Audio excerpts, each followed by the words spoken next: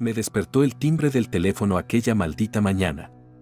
De mala gana, me acerqué a la mesilla de noche donde reposaba el teléfono y, pulsando el botón de bloqueo, restablecí la llamada, me revolví sobre mi otro costado y volví a dormirme.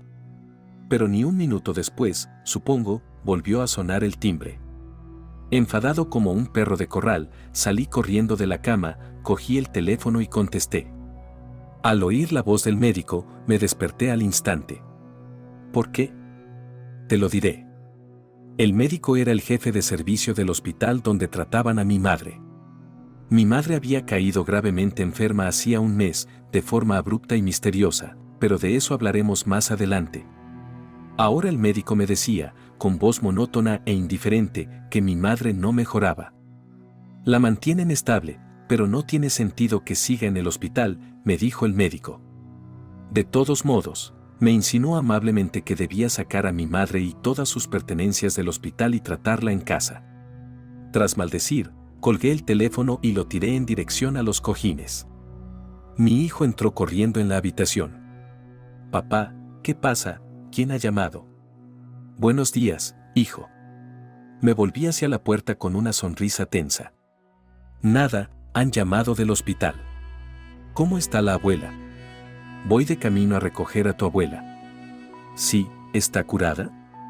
Bueno, me pregunté. Podría decirse que sí, dije en voz baja. Pero aún tengo que llevarla a casa para que se cure, supongo.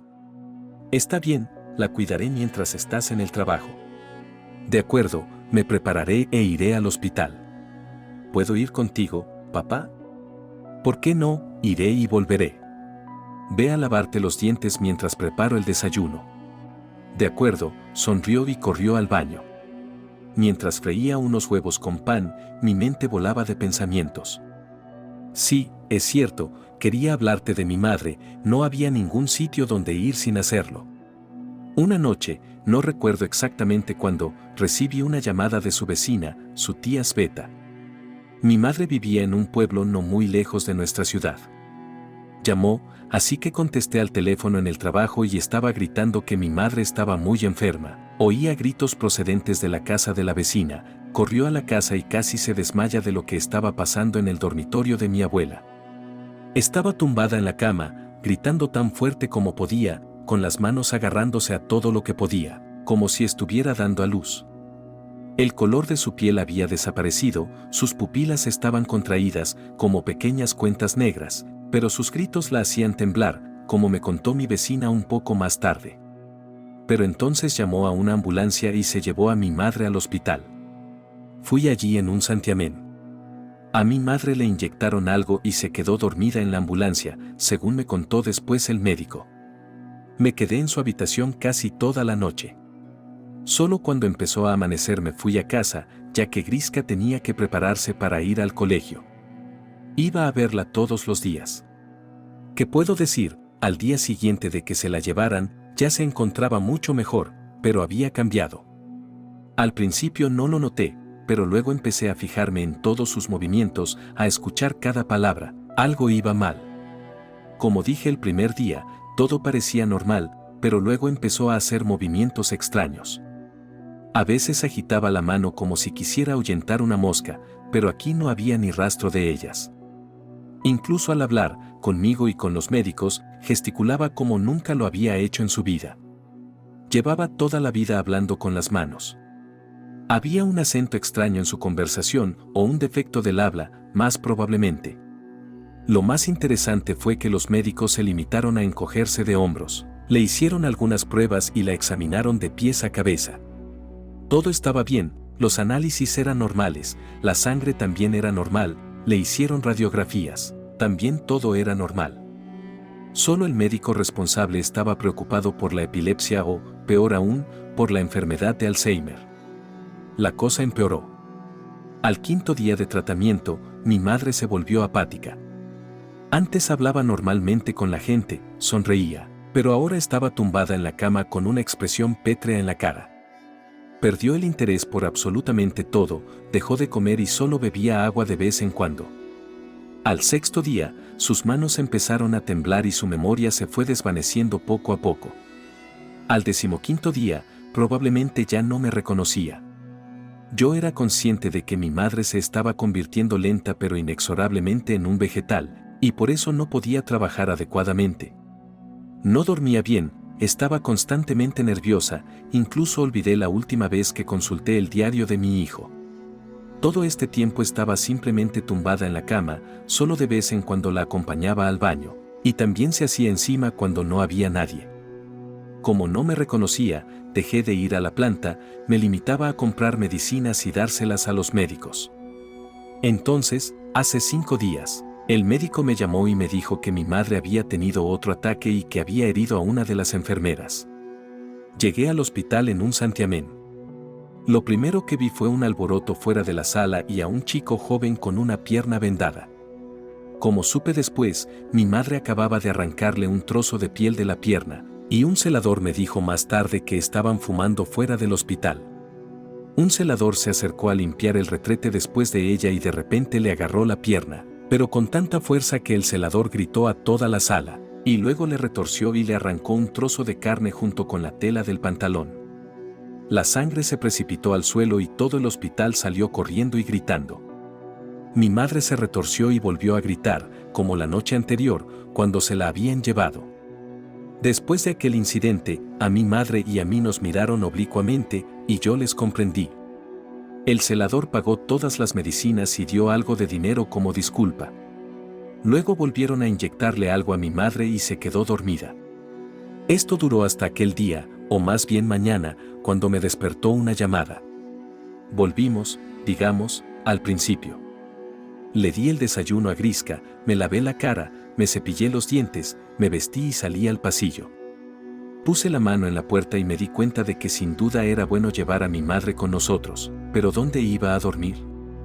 Nuestro piso no es grande, solo hay 2 habitaciones y 2 sofás, no es una opción para nosotros. Hijo. Sí, papá, he oído un ruido en la habitación. Venga, vamos juntos, pero llévate también tus juguetes y tu tablet. ¿Por qué, papá? Iremos con la abuela, cuidaremos de ella, y yo me tomaré unas vacaciones y estaré contigo.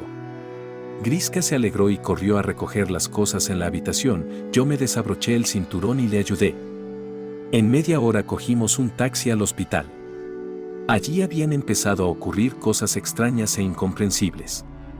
Grisa y yo entramos en la habitación, mamá estaba tumbada y miraba al techo, y sí, estaba despierta. «Hola abuela», gritó mi hijo. Al cabo de un par de segundos mamá se levantó. Me dio un escalofrío, para ser sincero. Se levantó como un muerto despierto en un ataúd y miró a Grisa. Vi su mirada, como la de un animal que mira a su presa, y luego sonrió secamente. «Querido nieto, hola, ven con la abuela, te daré un abrazo». En ese segundo se me revolvió la cabeza, reconocí a mi madre, tal vez ayudó, su medicación después de todo. Grisa corrió hacia ella le abrazó. «¿Cómo te va en la escuela?» «Todo va bien». Todos los médicos se quedaron mirando. «Hijo, ¿qué haces ahí parado? ¿Ya has llamado a un taxi?» «Tengo tanta hambre que me voy a morir». «Tendré que cocinar algo, ¿no vienes a mi casa?» «A tu casa, mamá, te cuidaremos». «Vamos a prepararnos entonces». Y yo no sabía lo que estaba pasando. Mi estado de ánimo se disparó, pero aún así, en algún lugar del fondo de mi mente había una sensación de inquietud, diciéndome que esto estaba mal, que había algo que no estaba bien, pero aún así la alegría de la repentina recuperación de mi madre, digamos, eclipsó estos malos pensamientos. Recogimos todo, dimos las gracias a los médicos y salimos del hospital. Mamá caminaba sola, como antes, todo iba bien. Sonreía y de vez en cuando frotaba cariñosamente el pelo de Gris, yo me sentía tranquilo. Era como si el tiempo hubiera retrocedido. Condujimos durante 1 hora hasta casa de mi madre. «Hogar, dulce hogar», murmuró alegremente mi madre al ver su morada. «Vamos, voy a cocinar», nos gritó y se dirigió rápidamente a la puerta principal. Grisa corrió tras ella mientras yo pagaba al chofer. La noche transcurrió en el ambiente habitual, comimos bien como antes y nos fuimos a la cama. Grisa ya se había dormido, mamá también parecía dormida, pero yo seguía tumbada hojeando mi feed de Instagram. En un momento dado me detuve en el post y en la página de nuestra ciudad había un accidente. El conductor se desvió hacia el carril contrario y colisionó con otro coche. Los conductores de ambos coches murieron en el acto, y no fue hasta que me fijé en el número de matrícula y lo comparé con el de la aplicación de taxis que me quedé boquiabierta. Fue nuestro conductor quien nos trajo hasta aquí. Fue horrible, acabábamos de hablar con él en la carretera y ahora ya no estaba, no había palabras. Tras filosofar un poco más en mi cabeza, puse el teléfono bajo la almohada y cerré los ojos. Me dormí rápido, muy rápido. Llevaba todo el día de pie y había comido bien. Me desperté con los ruidos de la cocina, era justo a través de la pared y podía oírlo todo muy bien. Era como si alguien hubiera estado allí haciendo sonar los platos. Me puse las zapatillas, salí de la cama y fui a la cocina. Miré por la puerta, mi madre estaba de pie en la cocina, podía verla claramente incluso en la oscuridad gracias a su pijama blanco. Buscaba algo en el armario de la vajilla, no sé qué hacía allí. En un instante se detuvo y un plato cayó al suelo y se hizo añicos, emitiendo un sonido inconfundible, y mamá corrió muy deprisa como una niña traviesa hacia su habitación. Me quedé con los ojos desorbitados. Habían pasado unos 30 años desde la última vez que había corrido así.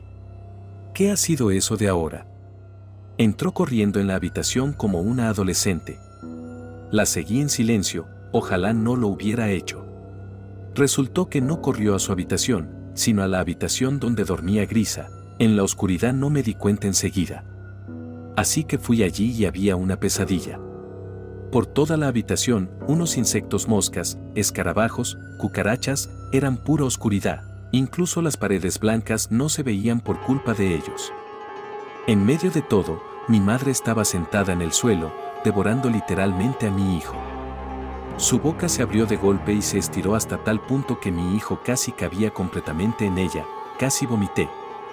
Al instante sentí que las piernas me flaqueaban horriblemente y casi me desplomé en el suelo mientras mi madre seguía haciéndolo. Como una puta serpiente, se estaba comiendo a mi bebé, la sangre le salía a borbotones de la boca, y sus piernas seguían retorciéndose con convulsiones. Pulsé el interruptor bruscamente y se encendió la luz de la habitación. Mi madre me miró como si hubiera vomitado a mi hijo y se puso en pie, mirándome fijamente. ¿Quién eres?, grité. Como respuesta, oí palabras desconocidas para mí en absoluto. Las pronunciaba, moviendo su boca desgarrada, en varias voces, y entre ellas había masculinas y femeninas. Se me puso la piel de gallina por todo el cuerpo. Todos los putos insectos que tenía que evitar que se me metieran en la boca o en cualquier otro sitio. Levanté a mi hijo del suelo de un tirón y salí corriendo de la habitación, cerrando la puerta de un portazo tras de mí, lo que inmediatamente dio lugar a espeluznantes golpes e igualmente espeluznantes chillidos. Me sentí tan nerviosa como si hiciera 50 grados bajo cero en el exterior. Corrí a la cocina, encendí la luz y cerré la puerta, la apoyé en la mesa, tumbé a mi hijo en el suelo, tenía pulso. Estaba blanco como la nieve, con los ojos desorbitados y el cuerpo frío. No habían pasado ni un par de minutos cuando oí un estruendo procedente del pasillo y la bombilla de la cocina. Primero parpadeó y luego se abrió de golpe. Mamá salió dando una patada a la puerta, por lo que parecía, y eso fue exactamente lo que ocurrió. Las luces se habían ido y yo me quedé de rodillas en el suelo sin saber qué hacer. Grisa estaba muerto, yacía muerto, ella lo había matado a mi hijo. Se me llenaron los ojos de lágrimas, toda mi vida, todos los momentos con mi Grisa pasaron por mi mente. Me tumbé en el suelo a su lado y no tuve fuerzas para contener las lágrimas. Al cabo de un minuto empezaron los horribles golpes en la puerta, que me hicieron levantarme precipitadamente de mi asiento y empezar a pensar que llamar a la policía no era una opción, porque me había dejado el teléfono en mi habitación sobre la cama y los golpes continuaban, y parecía que en un rato la puerta iba a salir volando.